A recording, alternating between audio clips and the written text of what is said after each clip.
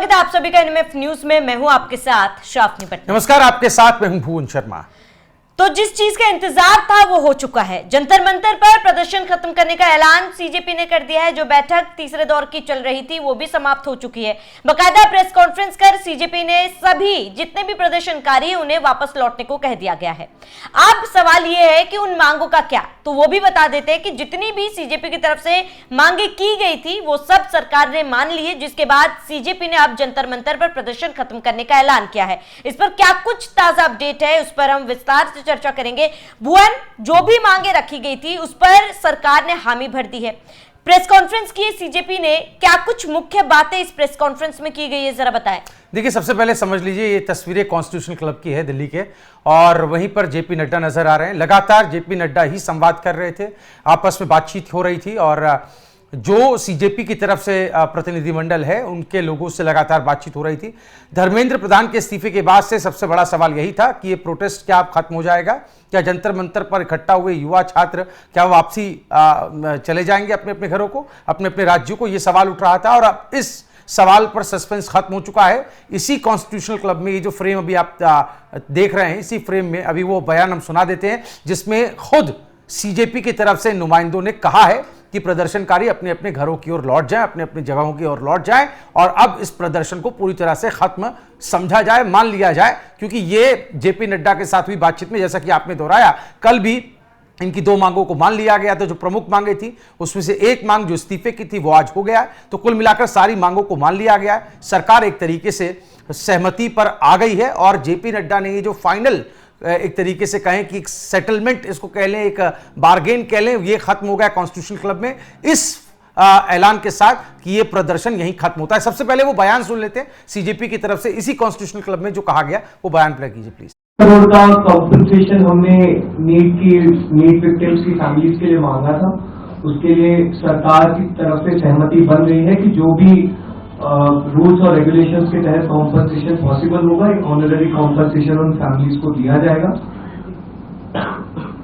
इसके अलावा हम लोगों ने एक 5 पॉइंट का डिमांड चार्टर भी सरकार के समक्ष रखा था, जिसमें broader educational reforms, exam reforms की बात की गई थी।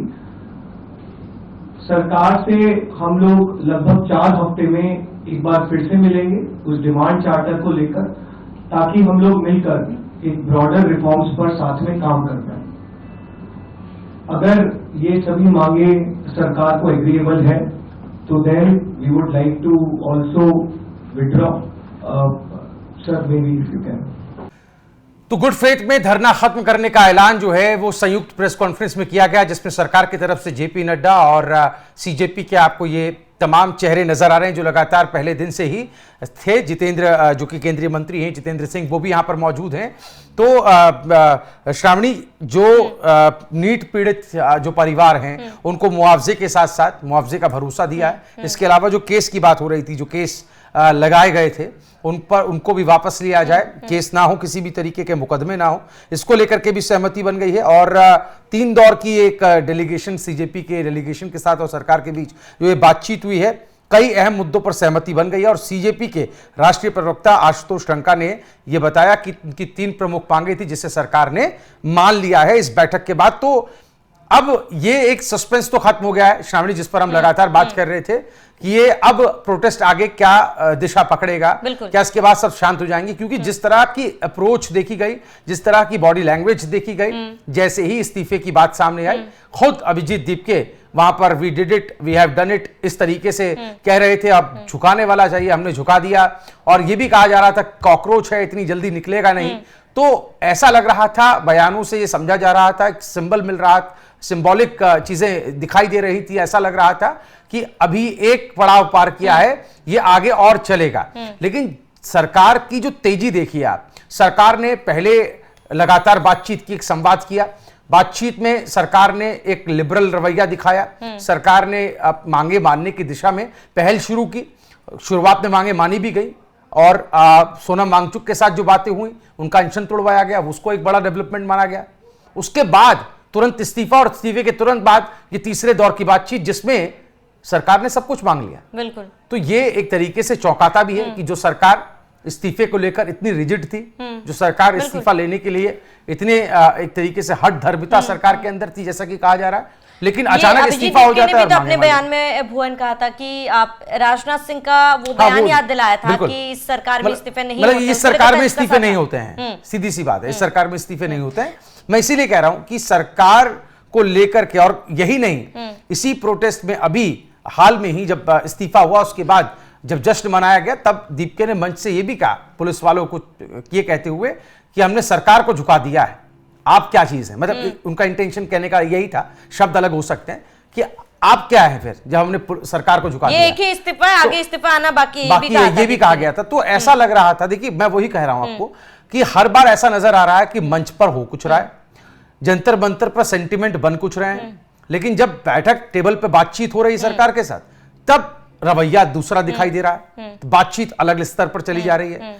तो वहां पर जो एग्रेशन था वो बैठक पे आते आते या टेबल पर आते आते बदल जा रहा है, या फिर वो नरम पड़ जा रहा है। अभी भी हमने ये देखा कि ये सस्पेंस तो खत्म हो गया। कुल मिलाकर ये है कि ये प्रोटेस्ट अब पूरी तरीके से इसको जो है वो कॉल ऑफ कर लिया गया है, एक तरीके से बोल दिया गया है कि अब ये प्रदर्शन आगे नहीं होगा। प्रदर्शनकारियों से भी अपील कर ली गई है।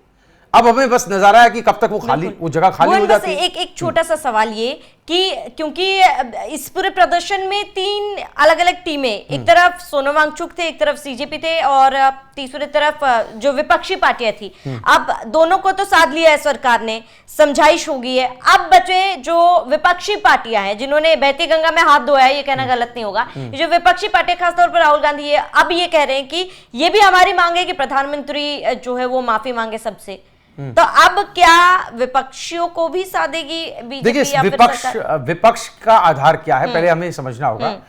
ये पूरी जो फाउंडेशन है वो सीजेपी ने तैयार की, इस देश के छात्रों ने तैयार की, इस देश के युवाओं ने तैयार की। ये जो आंदोलन की नींव है, अब नींव तैयार हो गई, इमारत बननी शुरू हो गई, और इमारत जब बननी शुरू हो गई, लगभग बन गई, तो उसमें उस इमारत के स्वामी होने का मतलब ये दावा विपक्षी पार्टी करने लगे, मतलब वो इसका फेस बनने की कोशिश करने लगे। हमने डे 1 से देखा, राहुल गांधी हो, अरविंद केजरीवाल हो, संजय सिंह हो, या चंद्रशेखर आजाद रावण हो, कोई भी हो, मतलब जो नेता आया उसने अपने आप को छात्रों का ही रहनुमा बताया, युवाओं का रहनुमा बताया, इस आंदोलन के कदम ताल करने की बात की कि हम उनके साथ चल रहे हैं।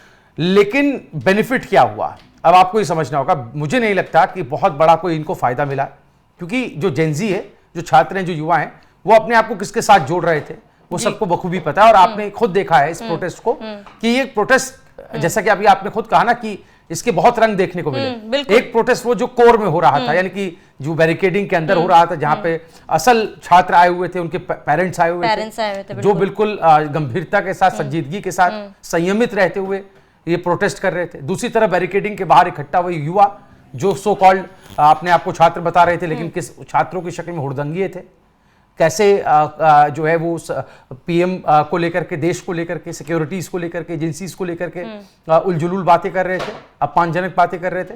तो हमने तो देखा है।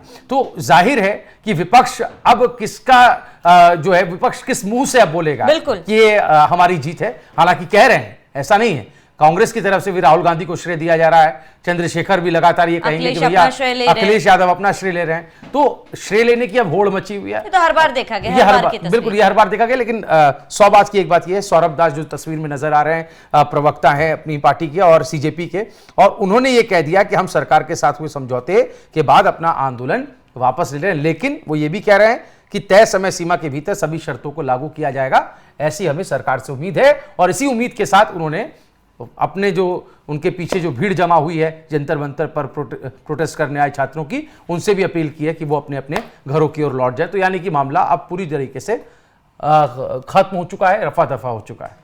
बिल्कुल भुवन, और जब आंदोलन खत्म हो चुका है तो जाहिर सी बात है जंतर मंतर पर अब भीड़ अपने अपने घरों को लौटेगी। बट कितनी जल्दी जंतर मंतर खाली होता है, सरकार इन तमाम शर्तों पर कैसे कितने जल्दी अमल लाती है, देखना महत्वपूर्ण होगा। आप सभी दर्शकों का पूरे मामले पर क्या कहना है हमें कमेंट कर जरूर बताएं। साथ बने रहे NMF न्यूज के साथ।